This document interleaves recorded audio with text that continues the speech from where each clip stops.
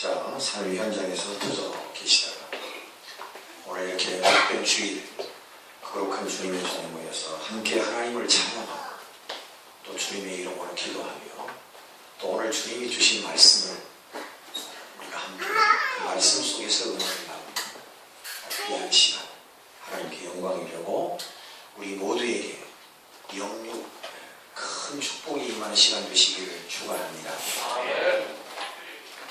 신앙생활을 잘 한다고 해도 돌아보면 왠지 좀 부족함이 있고 또 예수 잘 믿어야 되는데 라는 생각은 항상 앞서지만 우리의 삶은 우리를 그렇게 믿음 좋은 사람으로 만들어내기가 쉽지 않다고 하는데 그 문제가 있습니다. 그런데 참으로 중요한 것은 인생의 길은 딱 두 가지라는 겁니다. 하나는 멸망의 길이고 하나는 구원의 길이라는 사실입니다. 이 명제 앞에서 우리가 어떤 선택을 해야 될 것인가 너무나 중요합니다. 그래서 우리는 신앙을, 믿음을, 기도를, 찬양을, 예배를 택하고 오늘 또 부단히 힘겨운 영적인 싸움을 해나가고 있다는 사실입니다. 그 훌륭한 바울 사도는 공부도 많이 했을 뿐만 아니라 목숨을 바쳐 예수님을 섬기고 사랑하고 예수의 복음을 전했던 사도입니다. 그도 돌아볼 때마다 하나님 앞에 서면 왠지 작아지는 자기의 모습을 발견하고 그는 이렇게 외쳤습니다. 오라, 나는 곤고한 자로다. 누가 이 사망의 늪에서 이 사망의 골짜기에서 나를 건져줄 것인가. 내 마음에 원하는 선을 행치 아니하고 원치 아니하는 악을 행하니 하나님 앞에 죄송하고 부끄럽다라고 그는 늘 그렇게 고백하며 산 줄로 압니다. 그렇습니다. 우리도 마찬가지입니다. 인생 길은 두 가지인데 이 두 가지 길의 생명의 길, 구원의 길을 가는 저와 여러분이 너무나도 분명하게 해야 할 일이 우리 앞에 있음에도 그것을 감당하고 또 다른 어떤 상황과 싸워 이길 수 있는 능력이 우리에게 그렇게 크지 않기 때문에 우리가 매일 아니 매 주마다 주님 앞에 나와 말씀을 듣고 기도하고 찬양하고 훈련하게 되는 줄로 믿습니다. 여러분, 오늘 이 파수꾼이라는 내가 너를 파수꾼으로 불러 세웠다라고 하는 말씀은 사실 오늘 이 본문만 있는 게 아닙니다. 에스겔서 3장에 가면 똑같은 본문이 한 번 더 언급이 되어 있죠. 에스겔서 3장 16절에서 21절 내용을 살펴보면 거의 똑같은 본문이 그대로 또 기록이 되어 있습니다. 구약 성경의 에스겔서는 신약 성경의 요한계시록과 같습니다. 구약의 묵시록이 에스겔입니다. 그 말은 장차 이루어질 일에 대해서 하나님께서 에스겔 선지자를 통해서 보여주시고 나타내셔서 백성들로 하여금 장차 일어날 하나님의 진노를 피하고 하나님의 백성으로서의 삶을 살아갈 것을 보여주고 가르쳐 주시는 교훈의 말씀이 에스겔서입니다. 그런데 3장과 오늘 33장의 같은 내용으로 파수꾼에 대한 내용의 이야기를 한다는 것은 그만큼 중요한 말씀이라는 거죠. 또 하나는 이미 에스겔 시대는 하나님의 진노의 채찍아래, 즉 하나님의 말씀을 듣지 않고 순종하지 않아서 그들이 바벨론 나라의 포로로 끌려가서 혹독한 대가를 치르는 편하게 살 수 있는 길이 있었음에도 불구하고 한사고 편안하고 행복한 길을 외면하고 힘들고 어려운 길을 작정이라도 하듯이 그들이 그렇게 살아서 하나님의 말씀의 결과대로 그들이 바벨론 나라에 끌려가서 430년 종살이가 비교되지 않을 만큼 그 큰 고난을 감내해야만 하는 현실입니다. 말씀을 다시 좀 정리하면 하나님 앞에 죄를 범하고 불순종하여 어려운 상황에 놓여 있을지라도 후회스럽고 한탄스러울지라도 지금이라도 지금 당장이라도 하나님의 말씀에 귀를 기울이고 그 말씀을 듣고 깨우쳐서 다른 사람에게도 알려야 된다라고 하는 이 경각심의 말씀이 오늘 본문 에스겔 선지자가 전해주는 말씀이다. 이렇게 생각해 볼 수 있습니다. 우리가 지금 예수 잘 믿는 분도 계실 것이고 믿다가 낙심한 분도 계실 것이고 예수는 믿기는 믿지만 이것인지 저것인지 왔다 갔다 하시는 분도 계실 겁니다. 상황이야 어찌됐든 간에 오늘 에스겔을 통해서 에스겔 선지자를 통해서 때려진 후에이지만 그러나 하나님 앞에 돌아올 때 그들이 다시 소생하게 된다는, 회복하게 된다는, 하나님의 복이 다시 그들에게 임하게 된다라고 하는 이 에스겔 선지자의 절박함이 오늘 저와 여러분의 마음에 그대로 전달되었으면 합니다. 여러분, 어찌 보면 믿음의 싸움, 신앙의 싸움은 영적인 싸움입니다. 신앙생활한다는 것은 육적인 것보다는 영적인 것이 많습니다. 이 영적인 싸움에 우리가 이기려면 어떻게 해야겠습니까? 첫째, 하나님의 말씀을 우리 마음으로 받아야 됩니다. 하나님의 말씀을 귀로 듣지만 머리에 새기고 그것으로 그쳐버리면 안 됩니다. 하나님의 말씀을 귀로 듣지만 우리의 마음에 새길 필요성이 있습니다. 두 번째, 영적인 싸움에 이기기 위해서는 항상 주의 성령에 사로잡혀 살아야 됩니다. 성경은 우리에게 말씀합니다. 영의 생각은 영생이지만 육의 생각은 사망이라고. 여러분, 오늘 우리가 영적인 싸움을 잘 하기 위해서는 주의 영에 사로잡혀 사는 사람이어야 된다는 겁니다. 이렇게 살아갈 때 주의 말씀을 마음으로 받고 주의 영에 사로잡혀 살아갈 때 우리는 큰 능력을 힘입게 된다는 것을 기억하셨으면 좋겠습니다. 여러분, 영어 성경을 보니까 파수꾼이라는 말을 워치맨이라 그렇게 기록하고 있습니다. 워치맨이라는 말이 무슨 뜻이죠? 눈을 부릅 뜨고 지켜보는 것을 워치맨이라고 하지 않습니까? 아주 눈을 작게 뜨는 게 아니라 좋은 게 아니라 눈을 부릅뜨고 경계심을 놓지 않는 바로 그 단어가 파수꾼 아니겠습니까? 좀 더 넓이 확대해보면 우리가 국어 사전에 나오는 내용을 보면 어떤 건강이나 어떤 사상이나 무엇을 지키기 위해서 부단히 노력하는 사람, 부단히 노력하는 성향, 이런 것을 파수꾼, 그렇게 정의하고 있습니다. 여하튼 파수꾼은 지킨다는 겁니다. 무엇을 지키냐는 겁니다. 무엇을 지키는 거냐 하는 겁니까? 겁니다. 여러분, 우리가 지킨다라고 할 때 군인을 우리가 떠올릴 수밖에 없지요. 보초서다, 경계근무를 쓰다. 우리 군에 갔다 오신 분들은 다 아시겠습니다만 경계근무가 얼마나 중요한지 모릅니다. 여러분, 존 메가더 장군을 여러분 잘 아시잖아요. 그분이 남긴 말씀 많지만 아주 유명한 말이 있잖아요. 명언이 있잖아요. 전투에 실패한 병사는 용사가 되지만 경계에 실패한 용사는 군인은 용서할 수 없다. 전투, 전술, 전략은 능력에 따라 조금씩 다를 수 있습니다. 능력이 많은 지휘관이 전투 전략을 짤 때 보다 효과적이고 효율적인 전투 전략을 짤 수 있습니다. 그것은 능력의 한계입니다.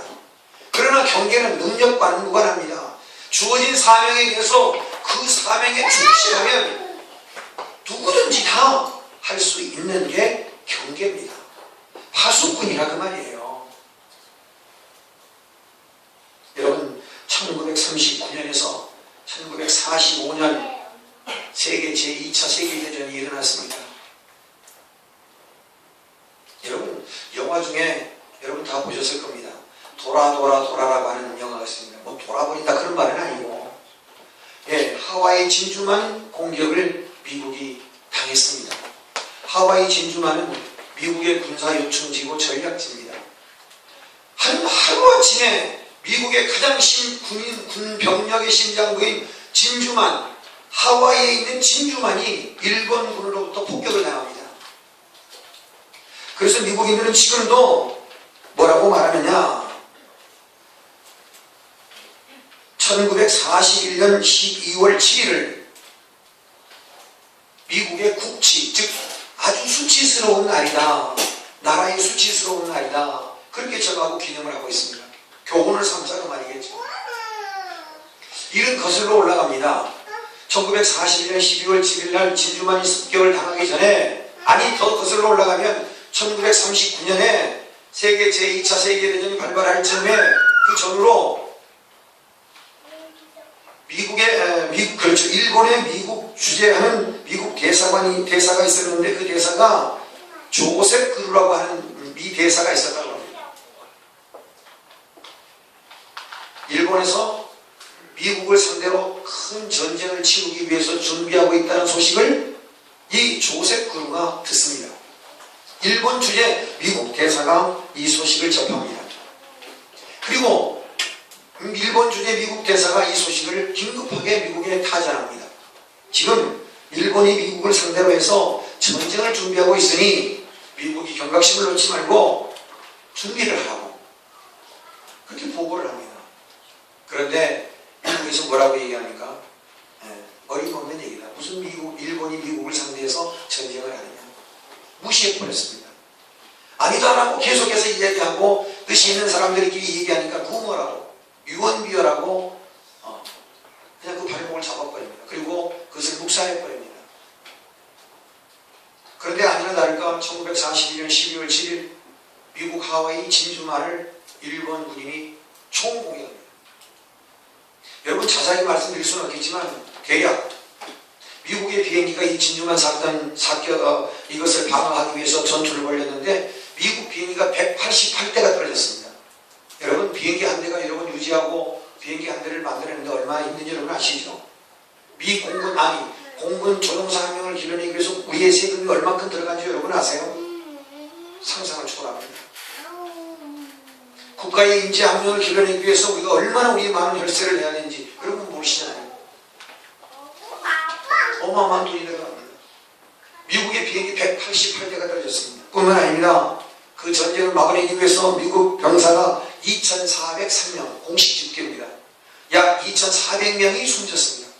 아니 24명도 아니고 240명도 아니고 2,400명이 죽었다는 것은 한번 상상해 보십시오. 남편이요, 가장이요, 사랑하는 아들이요 목숨을 잃었어요. 가정이 파괴되고 가정이 큰 슬픔에 2,400명이나 되는 군인들이 진주만 사태 때 죽었어요. 이 도라도라 영화를 보면 여러분 그 내용들이 다 나오죠. 한 사람의 정보가 이렇게 중요합니다.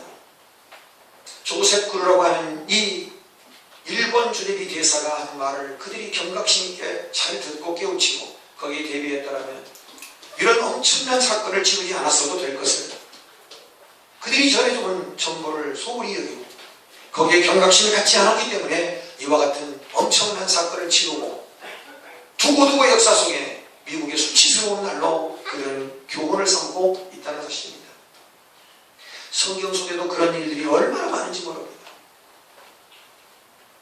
이제 오늘 아침부터 열왕기상 공부를 시작했습니다.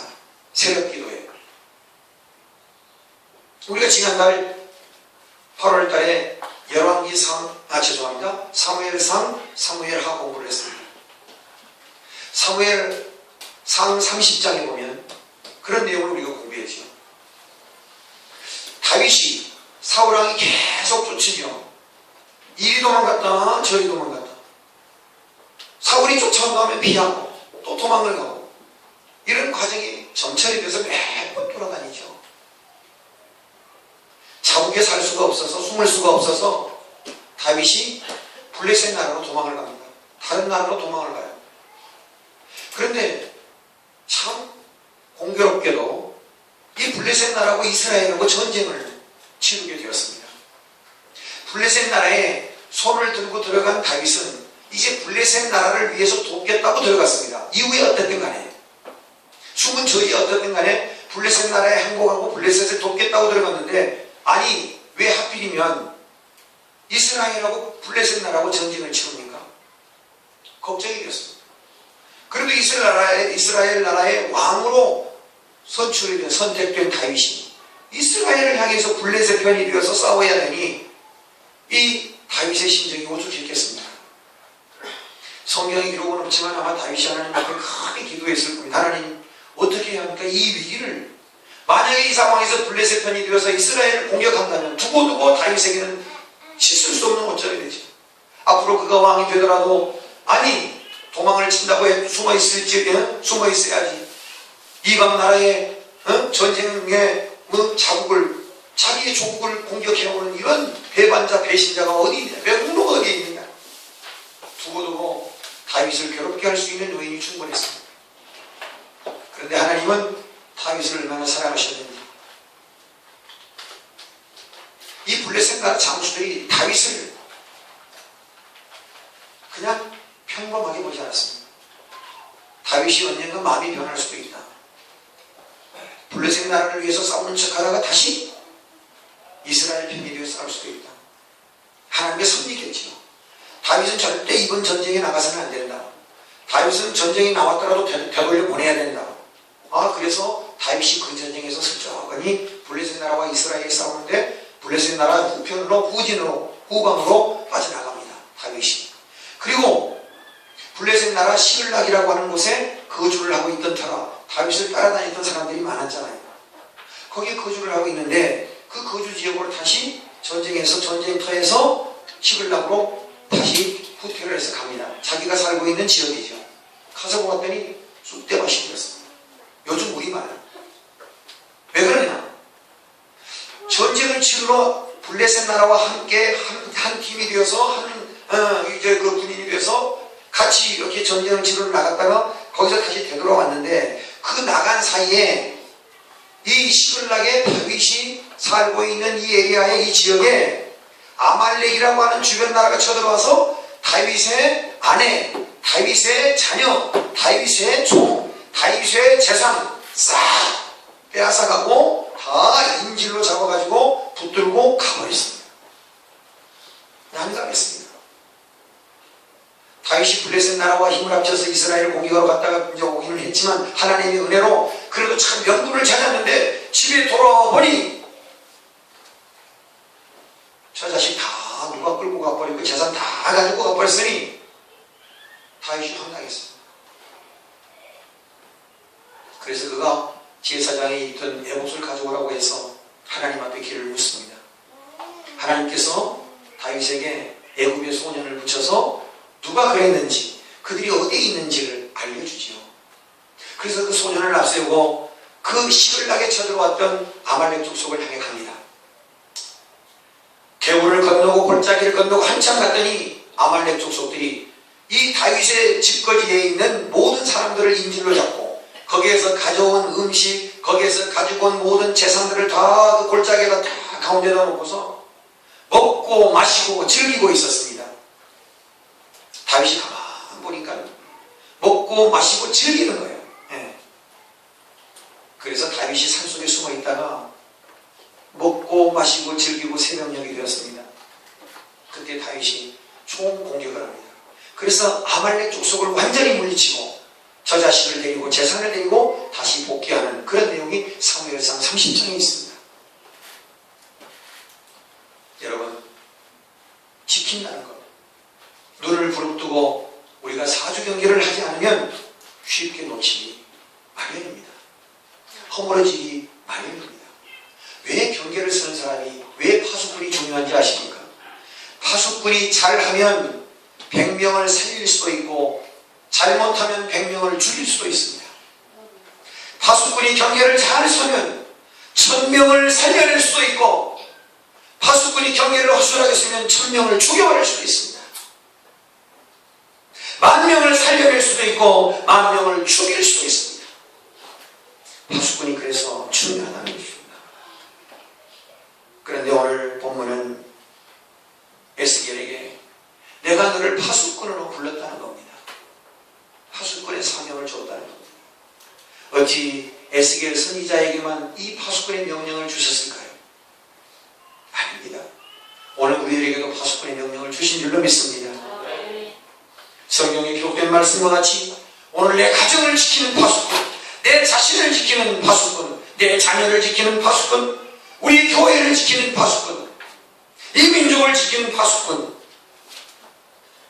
에스겔 뿐만 아니라 오늘 우리를 영적인 파수꾼으로 불렀다는 사실입니다. 파수꾼의 임무가 뭘까요? 우리가 영적인 파수꾼으로 오늘 우리를 부르셨어요. 오늘 신앙을 인생의 두 길, 천국 가는 길과 지옥 가는 길에 이 갈림길에 놓여 있는 모든 인생들에게, 모든 사람들에게 생명의 길을 가도록 오늘 우리를 파수꾼으로 세우셨다는 사실입니다. 영적인 파수꾼이어야 할 일이 뭘까요? 믿음을 지키는 것이고, 기도를 드리는 것이고, 예배 드리는 것이고, 찬양하는 것이고, 감사하는 일인 줄로 믿습니다. 이것이 파수꾼이 경계의 건물을 성실히 하는 것입니다. 그 임무를 잘 지켜 나가는 것입니다. 사랑하는 성도 여러분, 오늘 우리에게 능력이 없다 할지라도 우리는 전략가, 전술가가 아닙니다. 오늘 우리는 철저하게 하나님의 명령을 받들어 경계의 임무를 누구나 할 수 있는, 눈을 부릅뜨고 경계를 늦추지 않는 파수꾼은 누구나 할 수 있는 일이라는 사실입니다. 우리나라 6.25 동란 역사를 보면 거기에 그런 내용이 기록되어 있다고 합니다.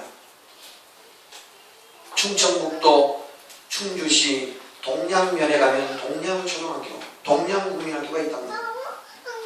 6.25 사건이 치열하게 전투가 치러지고 있을 때 하루아침에 고지가 바뀌어요. 인민군의 고지가 되었다가 아군의 고지가 되었다가, 하루아침에 중공군의 고지가 되었다가 유엔 연합군의 고지가 되었다가, 치열한 전투에 밀리고 하고 쫓기고 쫓고 그런 상황이 되다 보니까 아수라장이에요. 생명을 단무하는 전쟁에서 살았다고 하는 그런 자존, 즉 다시 말하면 내가 살아갈 수 있을 것이고 생사의 여부가 불투명한, 확실치 않은 그런 상황에서 밀리고 쫓기고 쫓고 밀고 밀리고 그런 상황이 전개되다가 충청북도 충주시 동양면 동양초등학교에 그런 아수라장 속에서 인민군 일개 연대가 그 동양초등학교 운동장과 그 교실에 모두가 다 집결이 되어 있었다고 합니다. 여러분 군대 갔다 오신 건 알겠지만 일개 연대는 병력이 한 2,000명, 약 지금 군대 편대로 봐서는 한 2,000명 정도 안 되겠습니까? 2,000명의 인민군이 동양초등학교에 다 집결이 돼가지고 거기에 웅성거리고 다음 전투를 준비하는 그런 상황이었다고 합니다.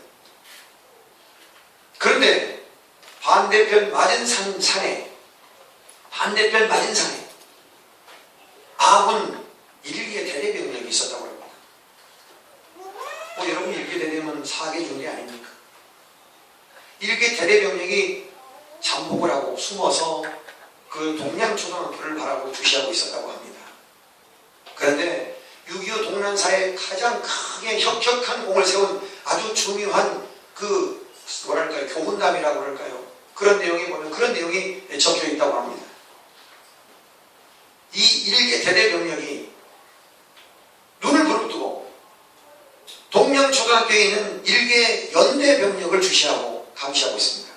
그리고 틈을 타서 일개 연대병력을 약 2,000명의 인민군을 여지없이 다 몰살시키고 있습니다. 그래서 동양초등학교 옆에 하천이 흐르는 물은 시뻘건 인민군의 피가 흘렀다고 그렇게 기록하고 있습니다. 그렇게 기록되고 있다고 합니다. 여러분 경계를 늦추지 않으면, 여러분 경계를 우리가 하지 않으면, 파수꾼의 역할을 하지 않으면 이처럼 죽을 수도 있다는 사실입니다. 어려움을 만날 수도 있다는 사실입니다. 오늘 한 사람 한 사람, 오늘 우리 자신이 하나님께 파수꾼의 부름을 받은 이 엄연한 사실을 우리가 깨달을 때 우리 때문에, 아니 나 때문에 생명의 길과 멸망의 길을 잘못 선택할 수도 있다라고 하는 것은 우리가 깊이 깨달아야 할 것입니다. 만약에 생명의 길이 아니라면 길을 막고 서서라도 구원의 길로 인도해야 할 사명이 오늘 우리에게 있다는 사실입니다. 이것이 오늘 에스겔서에서 우리에게 전해주는 파수꾼의 사명입니다. 파수꾼. 오늘 저와 여러분이 이 교회를 위해서 하나님께서 파수꾼으로 세우신 줄로 믿습니다. 여러분의 가정을 위해서 파수꾼으로 세우신 줄로 믿습니다. 여러분 자신을 위해서 여러분 자신이 생명의 길을 가야 하기 때문에 우리 주님이 우리를 파수꾼으로 불러주신 줄로 믿습니다. 7절 말씀에 인자야 내가 너를 이스라엘 족속의 파수꾼으로 삼은 이와 같으니라고 했습니다. 그렇게만 하셨습니까? 너를 파수꾼으로 세웠는데 너가 파수꾼의 역할을 감당하지 못하여서 그들이 죽게 되면 그들의 핏값을 너에게서 찾겠다고, 네가 경계 근무를 잘 서지 못해서 내가 너를 너의 가정에, 너의 교회에, 너의 민족의 파수꾼으로 세웠는데 기도하지 않고 신앙생활 제대로 하지 않고 예배 잘 드리지 않고 감사하지 않고, 만약에 그래서 연관되어 있는 내가 너에게 맡겨준 너를 파수꾼으로 세워준 그 사람들을 만약에 죽음으로 몰아갔다면 반드시 내가 너에게서 그 피해값을 찾겠다. 얼마나 엄중한 말씀인지요.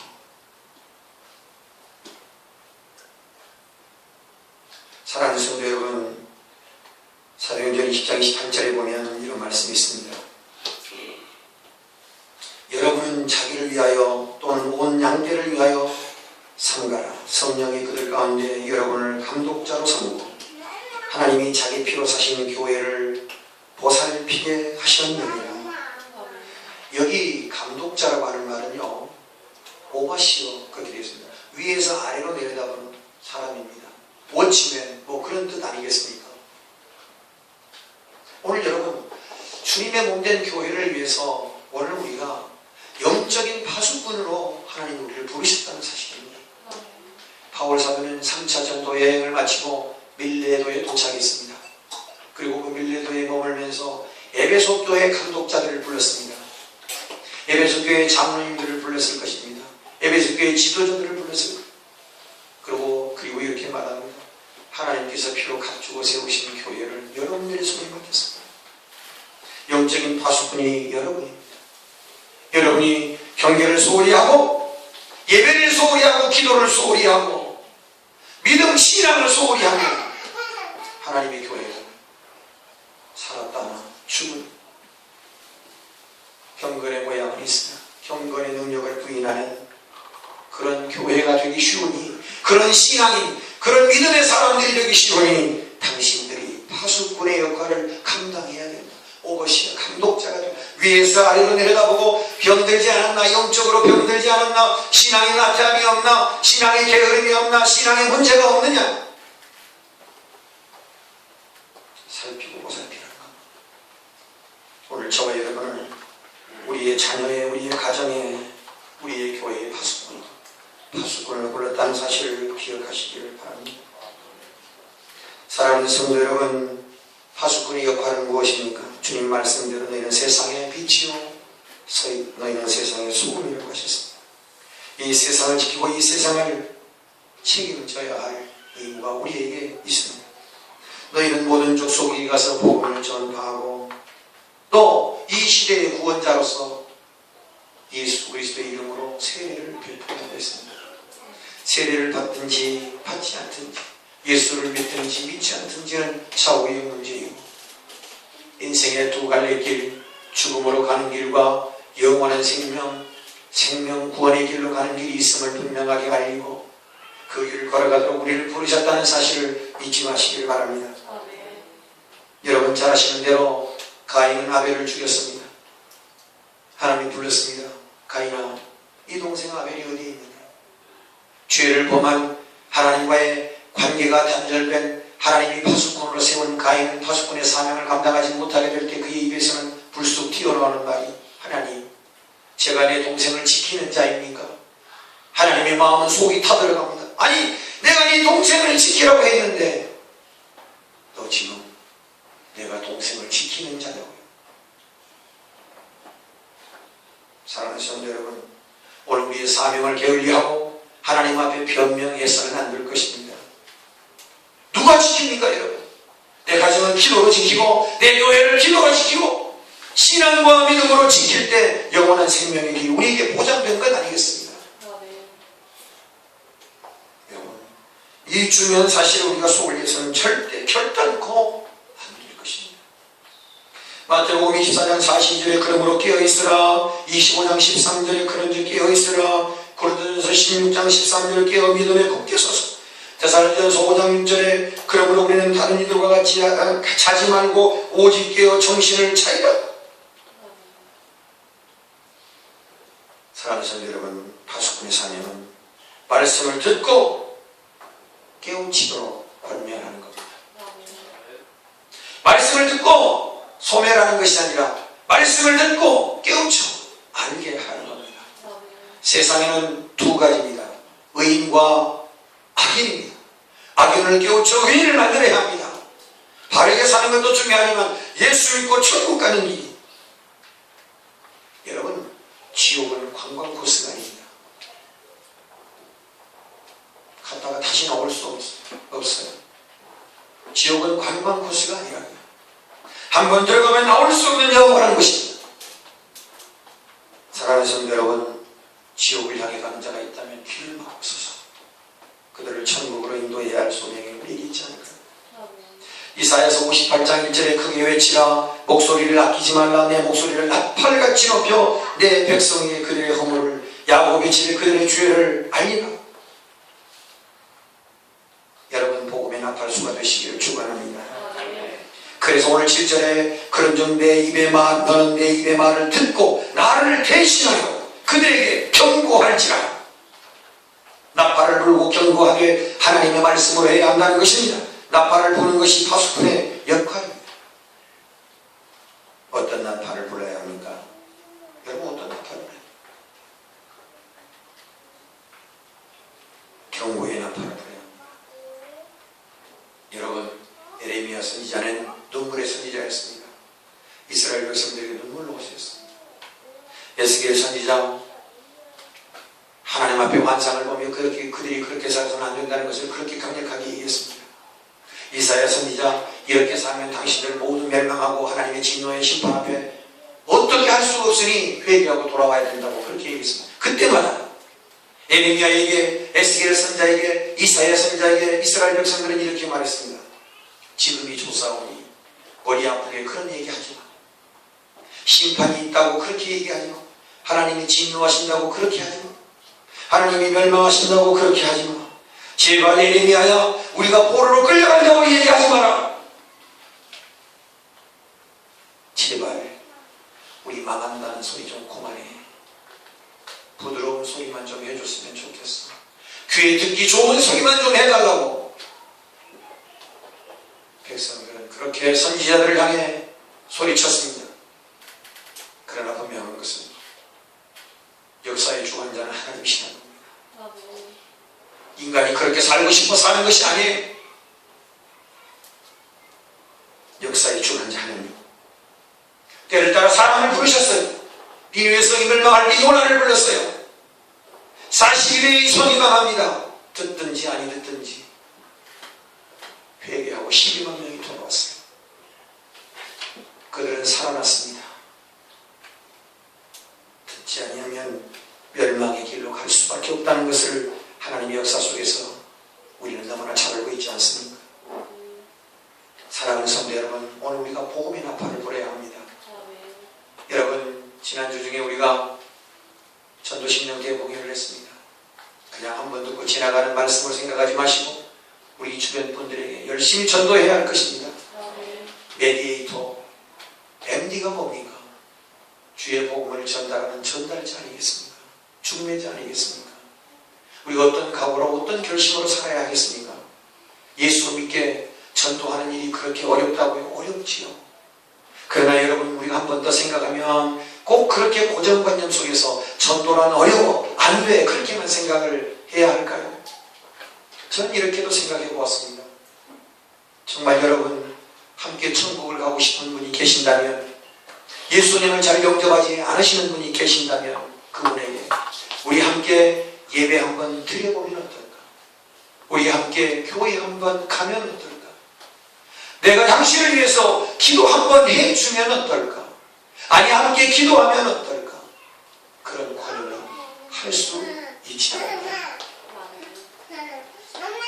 아니, 우리 하나님 앞에 함께 예배 드리러 가면 안 될까? 교회 한번 가면 되지 않을까? 여러분, 우리는 복음의 나팔이 되어야 합니다. 오늘 오늘 저와 여러분을 복음의 나팔로 사용하시고 오늘 우리를 부르셨다는 사실을 여러분 기억하시기를 바랍니다. 존 스토트 복음주의 목사님은 이렇게 말했습니다. 우리의 전제받은 침묵이라는 제목 아래 그 책 속에 보면 이런 말씀이 있어요. 우리의 게으름과 나약함을 꾸짖고 복음이 기쁜 소식임을 잘 알고 있으면서도 전하지 않는다면 결과적으로 살인을 방조하는 것이다. 복음을 전하지 않으면 살인 방조죄, 살인 방조죄. 사랑하는 성도 여러분, 오늘 우리에게 주어진 이 사명을 잘 감당하십시다. 어떤 사람이 몹시 아파요. 그런데 그 병에 아주 특효약이 있다면, 아니 그 약을 내가 알고 있다면 그 사람에게 먹여서 살려내야 되는 거 아니겠어요?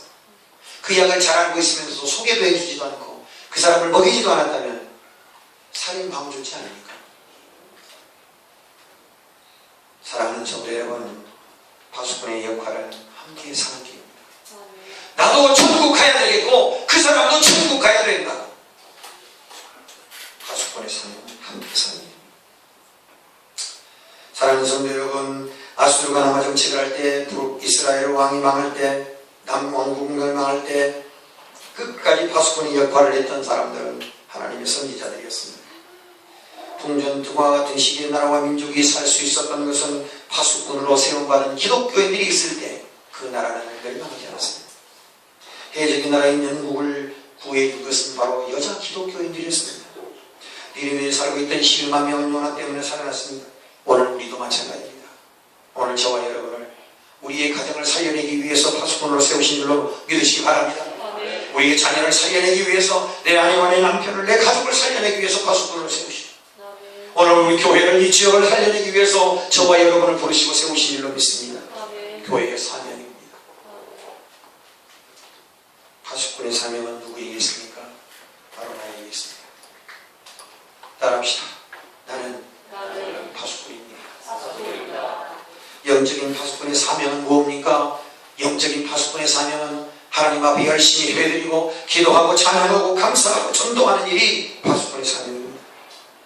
파수꾼의 일하는 자세는 어때야 합니까? 하나님이 내게 주신 명령으로 알고 그 명령에 순종할 수 있는 그런 마음가짐, 그런 자세로 임해야 할 것입니다.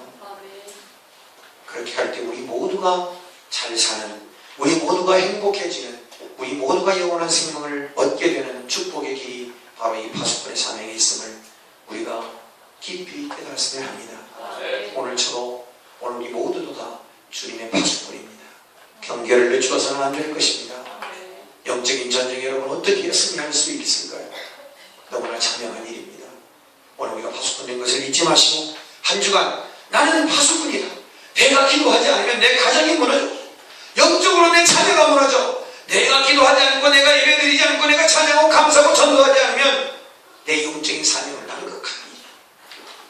한 주간 그런 결심을 가지고 신앙 안에서 믿음 안에서 승리하시는 저와 여러분 되시기를 주님의 이름으로 축원합니다. 거룩하신 하나님 감사합니다. 주님 때를 따라 파수꾼을 세우시고 파수꾼에게 주신 말씀을 통하여 깨닫고 전파하도록 하셨습니다. 듣든지 아니 듣든지 전하라고 하신 말씀, 그 말씀 안에는 영원한 생명의 길과 멸망의 길이 있음을 보여주시고 알게 하신 능력의 말씀인 줄로 믿습니다. 한 주간 세상에 나가서 사람들과 함께 살아갈 때 하나님 아버지 더불어 살고 함께 사는 길이 무엇인지 우리가 깨달아 알게 하시고, 특별히 아버지 하나님 우리에게 파수꾼의 사명을 주신 것을 잊지 않고 사명을 감당하는 사명감으로 이 세상 극복하고 믿음으로 승리할 수 있도록 늘 우리를 붙들어 주시옵소서. 거룩하신 예수님 이름 받들고 기도합니다. 아멘.